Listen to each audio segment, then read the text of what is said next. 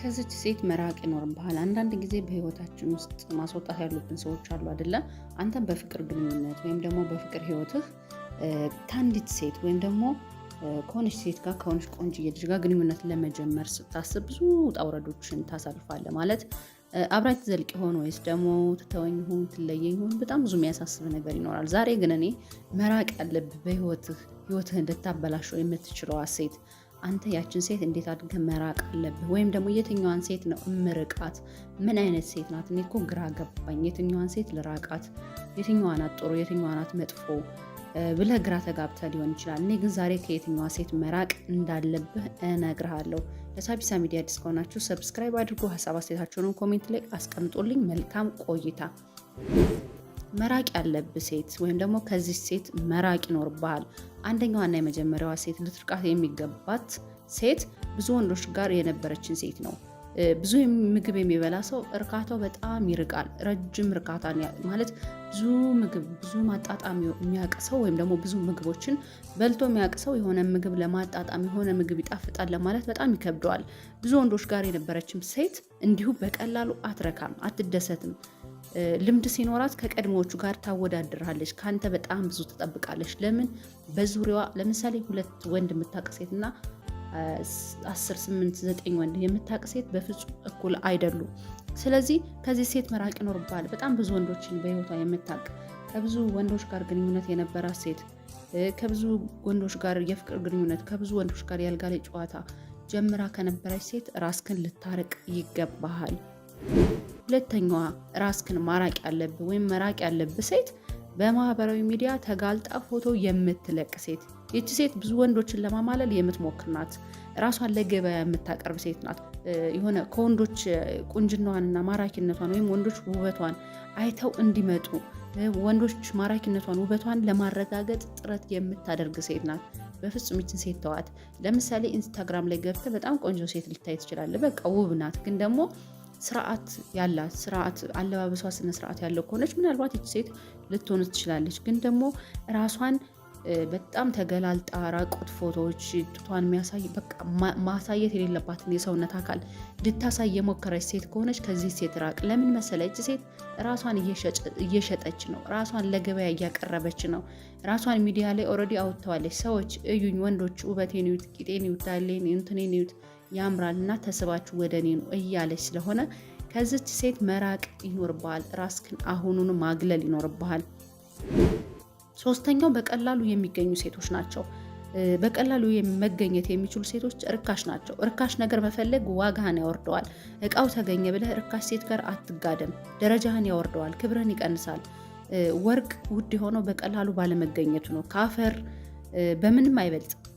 ማለት በቃ ከሆነ ነገር ከሆነ ዝም ብሎ ከተራ ከሆነ ነገር በምንም አይበልጥም ነበር፣ ግን ከድንጋይም አይበልጥም።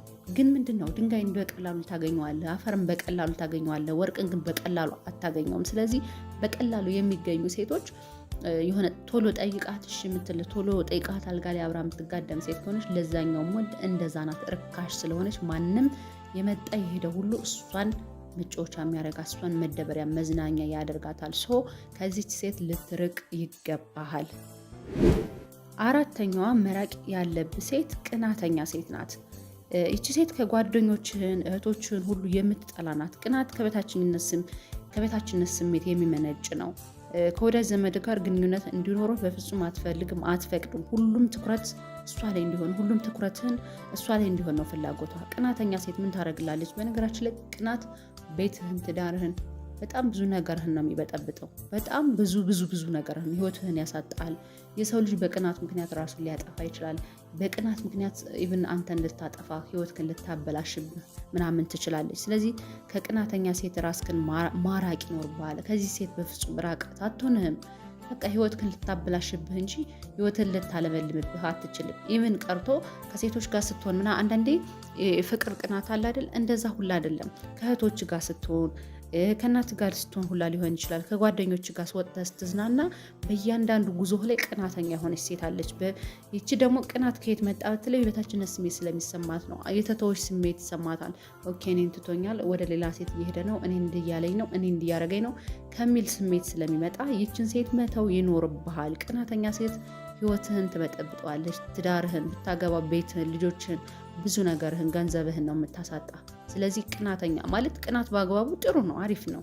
የሆነ የፍቅር አቀናን ምናምን ሲኖር ሴቶችም ይወዳሉ አይደለ? ወይ ይቀናል እኮ ስለሚወደኝ በጣም ይቀናል ምናምን በሚል ደስተኛ ልትሆን ትችላለች። ሴቷም ወንዱም እንደዚሁ በተመሳሳይ። ግን የበዛ ቅናት ያለባት ሴት በእህቶች የምትቀና በእናት በበቃ በዙሪያ ባሉ ሰዎች በሙሉ የምትቀና ሴት ከሆነች እርግፍ አድርገህ መተው ይኖርብሃል። ምክንያቱም ስለማጠቅምህ። አምስተኛዋና የመጨረሻዋ ሴት መራቅ ያለብህ ሴት በጣም ወሳኛዋ ሴት ፌሚኒስት ነኝ የምትል ሴት ነው። ሲበዛ ትምክተኛና በሴት ጉዳይ ሁሉ ይመለከተኛል የምትል ነዝናዛ ሴት ናት። ወንዶች ጥላቻ የተሞላች ናት። ፍቅረኛዋ በመሆን ብቻ አትወድም፣ ክብር አትሰጥም። ፍቅረኛዋ ስለሆንክ ምንም ያን ያክል ሴንስ አታደርግም። ለምን? ሴቶች እንዲህ ናቸው፣ ሴቶች እንዲህ ነው፣ ሴቶች እንዲህ ያደርጋሉ። ሴቶች አንዳንዴ አሁን ፌሚኒስት ነን ብለው የሚመጡ ሰዎች ሴቶችን አይታቸው የምታውቅ ከሆነ መውለድ አያስፈልግም የሚል ደረጃ ላይ ደርሰዋል። በቃ ምንም ነገር አይጨነቁም። እንደ ወንድ ማሰብ ጀምሮ ማለት ወንድ ልጅ ለራሱ የሆነ የተሰጠው ነገር አለ፣ ሴትም ልጅ ለራሱ የሆነ የተሰጣት ነገር አለ። ስለዚህ ሴትም እንደ ሴት ወንድ መሆን አለበት። እነዚህ ፌሚኒስት ነን የሚሉ ሴቶች ግን ሲበዛ ትምክተኛ ናቸው። በቃ ከኛ በላይ የለም፣ እኛንን በቃ እያንዳንዱ ነገር ማድረግ እንችላለን። ይችላሉ፣ ኦኬ ችግር የለውም እኮ ማድረግ እችላለሁ ምናምን የሚለው ግን እነዚህ በትምክት በቃ ትምክተኛ ናቸው። ሲበዛ ትምክተኛ ናቸው። ከዚህ ሴት ራስህን አርቅ። ፌሚኒስት ነኝ የምትል ሴት በእርግጠኝነት እነግርሃለሁ አትጠቅምህም። አንተ እኔ ቡና ሳፈላ አንተ ሻይ አፍላ የምትል፣ እኔ ሽሮ ስራ አንተ የሆነ እንጀራ ጋግር የምትል ሴት ናት። ከዚህ ሴት ጋር እንዴት ልትኖር ትችላለህ? እኔ አንድ ማምንበት ነገር አለ። ወንድ እንደ ወንድነቱ፣ ሴት እንደ ሴትነቷ መኖር አለባት። በቃ ወንድ ልጅ ወንድ ተብሎ መስራት የሌለበት ምናምን ስራ አለ አይደለ? ስለዚህ ሴቷም እንደዛው በተመሳሳይ በሴትነቷ ማድረግ የሚገባት ሴት ስለሆነች ብቻ የምታደርጋቸዋል ነገሮች አሉ። ወንድ ደግሞ ወንድ ስለሆነ ብቻ የሚያደርገው ነገር አለ። ግን አሁን አንዳንዴ ወንዱም ሲሰራ ሴቷ መስራት አለባት። በፍቅር ከሆነ ደስ ይላል። ግን ትምክተኛ ሆና ፌሚኒስት ነኝ በሚል ምናምን ነገር በቃ እኔ እኮ ፌሚኒስት ነኝ፣ እኔ እኮ እንደዚህ ነኝ እያለች የምትል ከሆነ ይቺ ሴት ሲጀመር ለማግባትም መጀመሪያ ብዙ ፍላጎት አይኖራትም።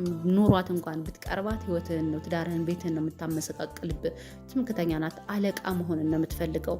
በቃ አንተ የሆነ ነገር ልታዛት ብትፈልግ እንኳን አትታዘዝም። ግን ሴት ልጅ ስለሆነች መታዘዝ አለባት። በቃ ሴት እንደ ሴትነቷ የሴትነት ድርሻዋን ማለት የሴትነት ድርሻዋን መወጣት ይኖርባታል። እሷ ግን አንተን ልታዝ፣ ልትገላምጥ፣ በቃ ልትንቅ ምናምን ነው የምትፈልገው። እቺ ፌሚኒስት ሴት ምንም አይነት ጥቅም በአንተ ህይወት ውስጥ ምንም 5 ሳንቲም ጥቅም ስለሌላት ከዚህ ሴት ራቅ።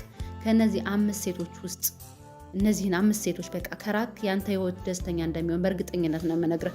እነዚህን 5 ሴቶች በደንብ አስተውላቸው። መራቅ ምናልባት ግራ ገብቶ ሆይ ተዋትስ ባልተዋት እንዴት ነው ነገሯ ምናምን እያልክ ግራ ተጋብተህ ሊሆን ይችላል። ግን በቃ እርግፍ አድርገህ መተው ይኖርብሃል።